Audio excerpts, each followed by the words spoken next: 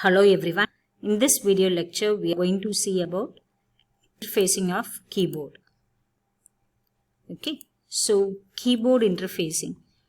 So we'll take up the general purpose programmable peripheral interface device, that is 8255.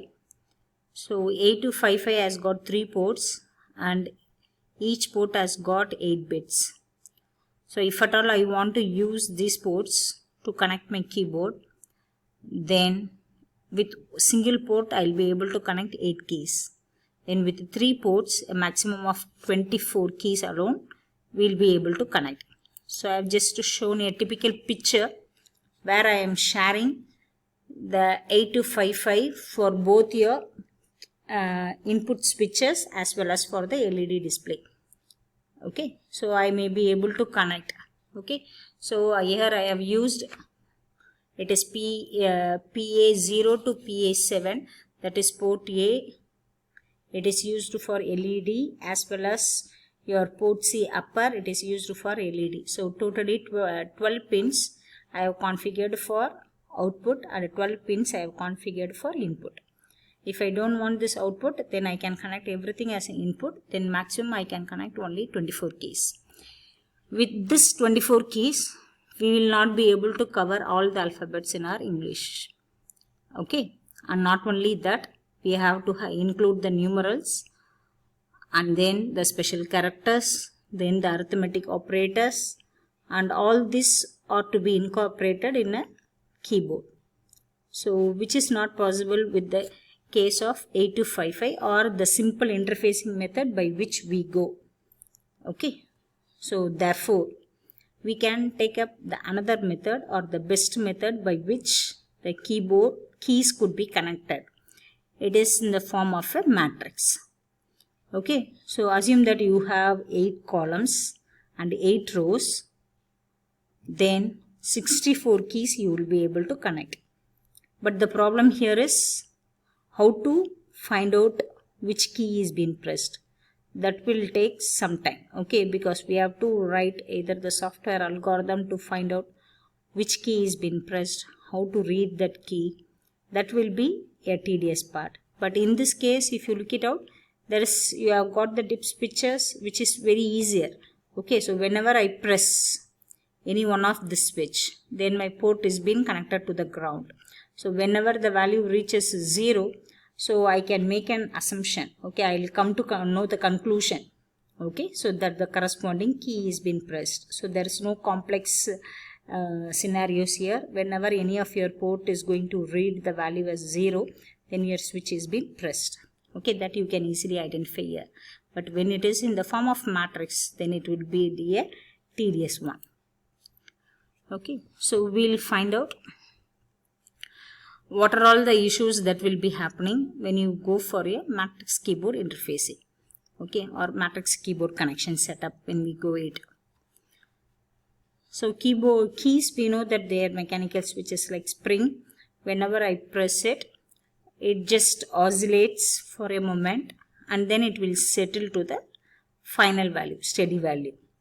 Okay, so there are 3 processes involved in the key value to be read. One is just check out whether the key is pressed. The second one, it is a key that is during the unstable moment, the value of key should not be read. Only when it is being settled to the final value, that time alone the key has to be read. Then third one, what is the key that is being pressed, that is your key decoding.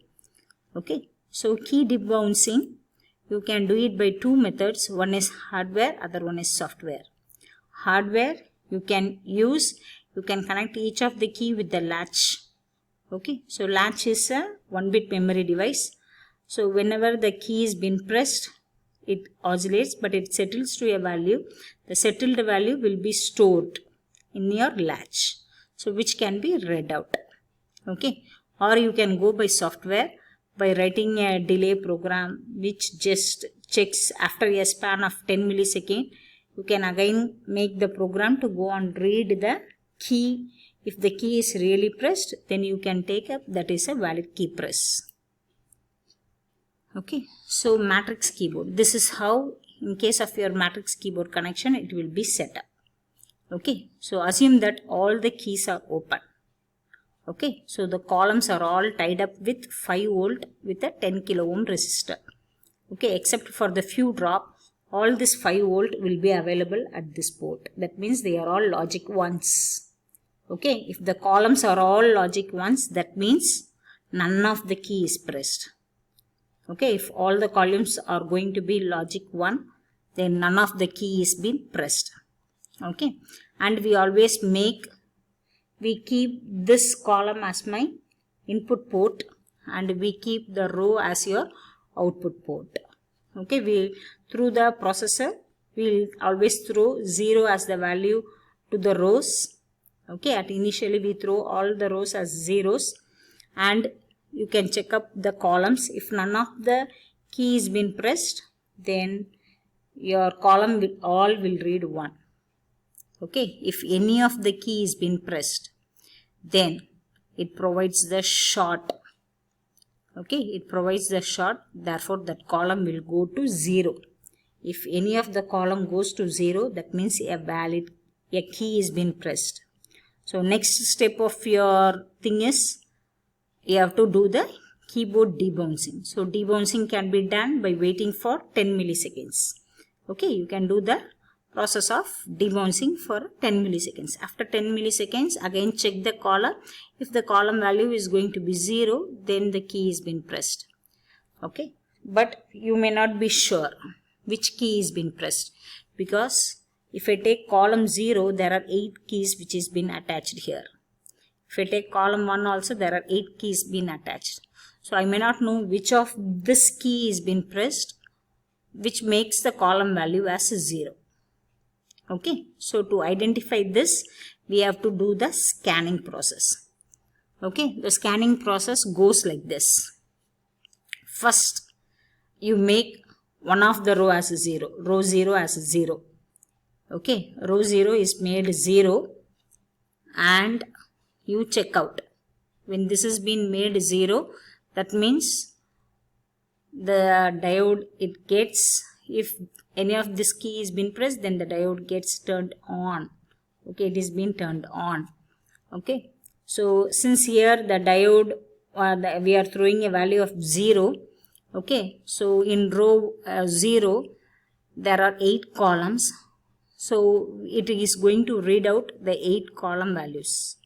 If any of your 8 column values read the value as 0, then I can identify that in row 0, it is this column.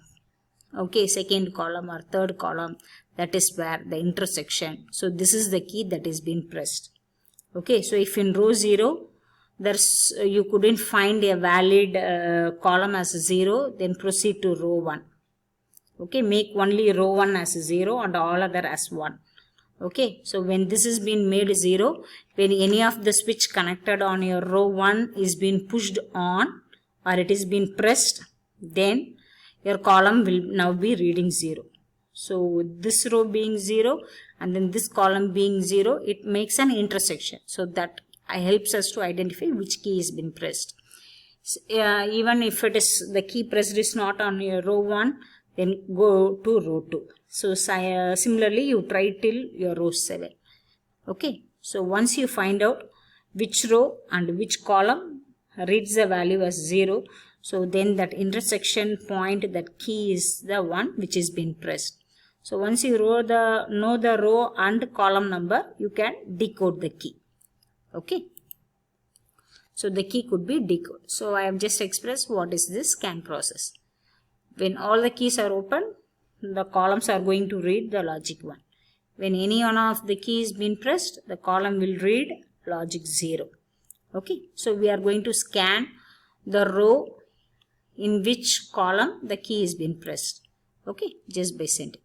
So whatever I have explained now, I have just written it as an algorithm. So first we'll frame the control word of A255 with port A being as a row, so and configuring that as an output port, and port B as a column, and it is being configured as an input port. So first read the column. If any of the key on the column is pressed, then it will read the value 0. So always look for in a column the value being 0. If it is 0, then go to the next step, that is your keyboard debouncing. If not, you just wait there till a valid key press takes place. So after doing the keyboard debouncing, again you check out, read the column and make sure that the key is a valid key press and it has been settled. If the column is still reads 0, then we have to next to find out, we have to do the process of scanning. Okay, so send the value of one row at a time as logic 0 and read the columns. If the column reads 0, then get the column number and the row number. The intersection will be the key, that is the one which is been pressed. So repeat the above process till all the rows are scanned. Okay, so once you get the row and column, you can identify, now you know the key decoded value. Okay, so which can be sent to the processor, and this process could be repeatedly taking place to find out the key press. Okay, so the textbook I referred is Leo Gibson and Douglas B. Hall. Okay, so Douglas B. Hall, microprocessor and interfacing, and Leo Gibson, microcomputer systems. Thank you.